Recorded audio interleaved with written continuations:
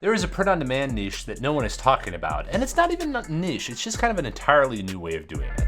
So traditionally in print on demand, you go ahead and you search for textiles. You've got pillows, you've got t-shirts, you've got hats, you've got mugs. And in the modern world, you can get up to signs if you're really feeling fancy. But there's so many other ones that you can actually do now that didn't even exist more than like a year ago. And no, it's not Printify, it's not T-Launch, it's not Gelato, it's not any of these guys who are all running it, it's brand new ones. You can make 3D printed products. And what's amazing about 3D printed products is that they no longer restrict you to the actual item itself. You don't have to have this shirt that you then print on. You can make kind of whatever you want. You can make a pencil cup holder that is styled and designed. You can go ahead and make a flower vase. You can make a game controller stand. You can make some cookie cutters. You can pretty much create real world products rather than simply printing on real world products, which unlocks so much more potential because you can A, get much higher margins because you can design something specific to the user, and B, you have the ability to actually be competitive because you don't have to create what everyone else is creating. One white t-shirt with a thing on it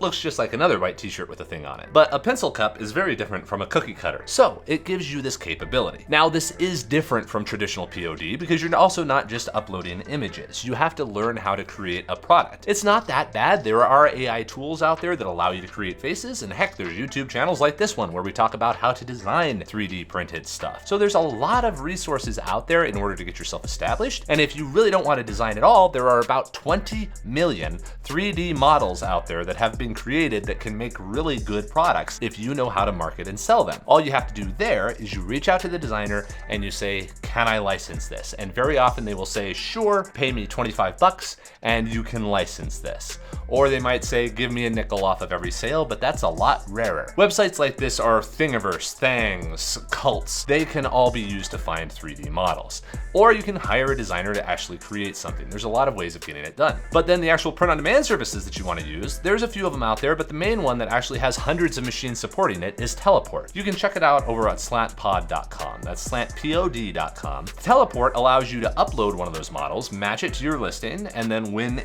you get an order, it is printed and shipped. A lot like print on demand. So it gives you the ability to not have to build a factory to where you don't have to be a 3D printing nerd in order to build a 3D printing business anymore. You just have to know good products and know how to market, just like with traditional POD. No one doing POD knows how to sew together a shirt, nor should you. So 3D print on demand allows you to not have to worry how 3D printing works outside of kind of some of the nuances of making sure that you make a decent product. But if you're downloading the files, don't worry about it. Most of those files are ready to be printed. So if you want to go ahead and check out a service like Teleport, again, slantpod.com, or just explore what 3D printing can do for your POD business, because breaking out of t-shirts is probably a good idea. Have a great day, everybody.